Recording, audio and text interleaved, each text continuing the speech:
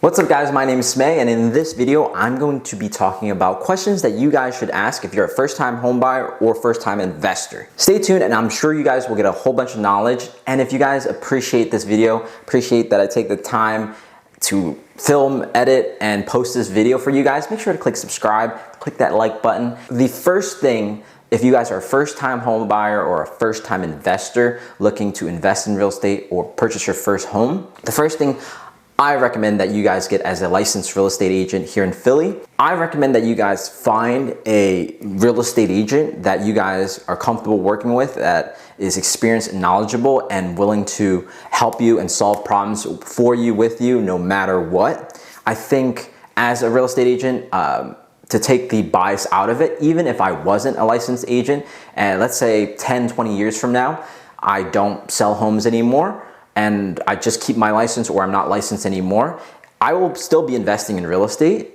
I will use an agent. I will find an agent. I will never try to buy a house. I would never try to even sell a house without an agent or a licensed agent in that market that knows what they're doing and knows the people in that market and knows title lenders. So that's something I'm going to talk about more, is the networking side of finding a real estate agent. The benefit of immediately looking for a real estate agent, and if you guys don't have one, feel free to contact me here in Philadelphia, here in Pennsylvania, and if you guys are also buying in New Jersey, New York, Delaware, wherever it may be, feel free to contact me. I'll find you guys an agent that's reputable. But if you guys don't have an agent, I recommend you guys finding one, because having an agent allows you to be introduced to the proper channels, the proper people, and moving in the right steps. So when you're thinking about buying a home, when you're thinking about buying your first investment property, you might not know where to start. You might not know what the first step is, right? So the agent is your first step. Finding an agent is your first step. And I almost can guarantee you that once you find a good agent, they'll help you with every single step until you get the keys. And I would argue that a great and excellent agent would even help you after you close on your home, whether it's changing utilities, whether it's questions about the loan after you close. So finding a great real estate agent in your market is extremely important. So that's the first step. The second step is knowing your budget.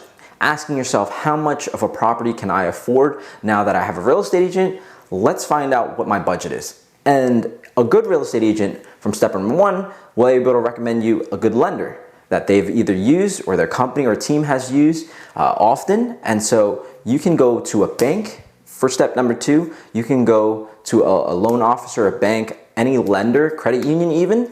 But I will say, I would try to stay away from certain banks or certain online lenders.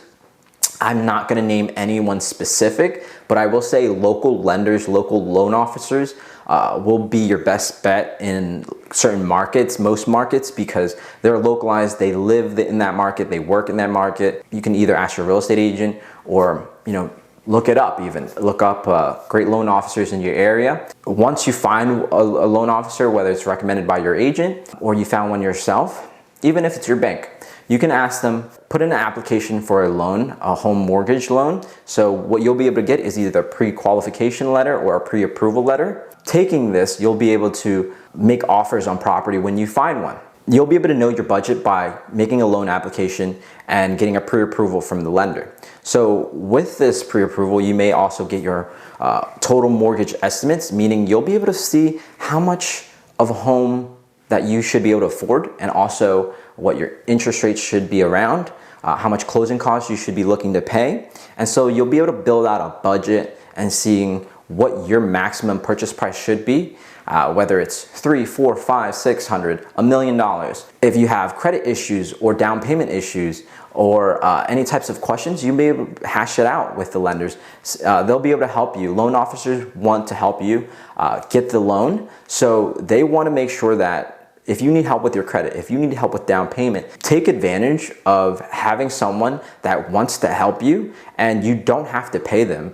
They do not get commission. Your agent, your realtor, and the loan officers don't get paid until your deal's closed.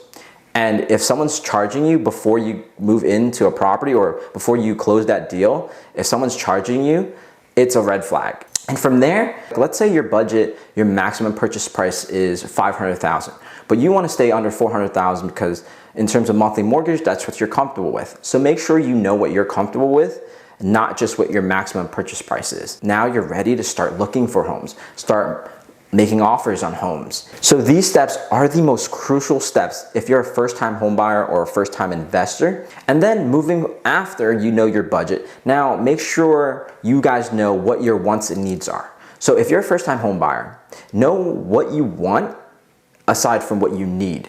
So what you require, whether it's parking space for your car, whether it's 3 bedrooms, know exactly what you guys are looking for. So you tell your agent and they'll help you in that search. If you also want something, but it's not a necessity, you can also let your agent know, let them know. Maybe you prefer 4 bedrooms, but 3 bedrooms will do.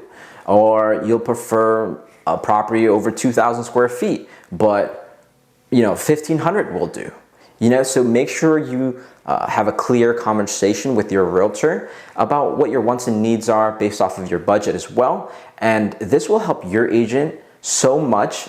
I cannot emphasize the importance of having good communication with your agent and loan officer. They want to know what you want to help you. The more you can tell them, the more they'll be able to help you. Once you get all those things, you're going to be on your way to looking at properties, making offers, and hopefully getting under contract for your first home. I wanted to emphasize and make this short video for you guys so that you guys know exactly what your first steps are. And the first steps I think are the most important into the rest of the steps. If you can find a good agent, a good loan officer, and know what your wants and needs are, you're on your way to a very smooth deal in most cases. And I can absolutely make another video on the entire home buying process for you guys. Smash that like button, comment below if that's what you guys want to see, and I'd be sure to make that for you guys. So thank you guys so much for watching. I hope you guys are able to purchase a property in 2024 or very soon, whether it's in a year or 2. I had a vision of purchasing my first property when I was 18. And flash forward a few years, I was able to purchase my first duplex at 21 years old. And of course, as a realtor here in Philly, I'd love to help you guys find your dream home, find your next investment property to build your wealth. So feel free to contact me if you guys have any questions at all.